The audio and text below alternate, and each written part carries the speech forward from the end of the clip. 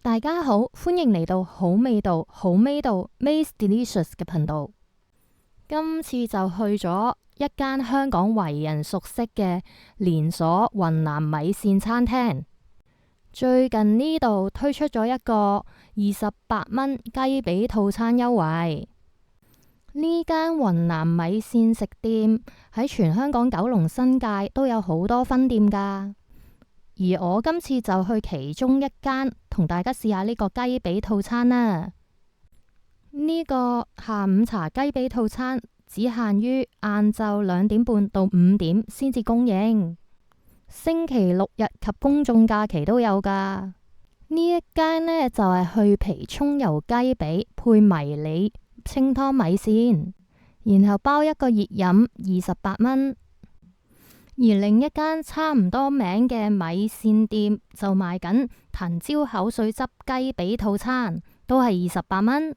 咁呢個套餐加多一個餸就要加4蚊，轉麻辣湯要加1蚊，轉番茄湯要加2蚊，轉凍飲或者汽水要加3蚊。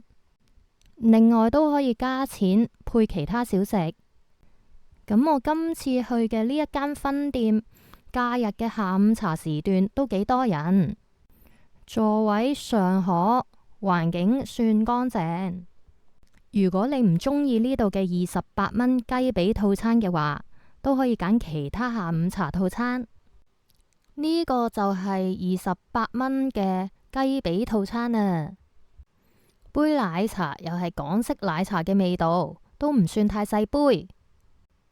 至於呢個米線，講就係迷你米線，但實際都唔少米線㗎，食得飽肚。加咗啲芽菜同枝竹入去，都幾好食。少食多滋味啦。而個湯嘅味道都幾濃郁，幾好飲。至於呢一隻葱油雞髀，其實都幾細隻，唔算大隻。我覺得好似比大家樂嘅豉油雞髀細少少，應該可以話算係差唔多，因為都要睇你攞到嘅係大隻定細隻。但係我覺得我呢隻就好似細啲。呢隻雞髀就比較鹹，可能都幾多豉油，肉質就唔夠嫩滑，但係未至於極韌，我覺得還可以接受啦。但係好食就絕對稱唔上，但係28蚊嚟講都算實惠，可以接受啦。如果大家唔中意呢一個雞髀套餐，都可以嗌呢一個常餐，有番茄牛肉米線、多士、蛋同埋熱飲，33蚊咋。個多士都幾好食噶，我之前都介紹過。咁今次就講到呢度啦，下次見，拜拜。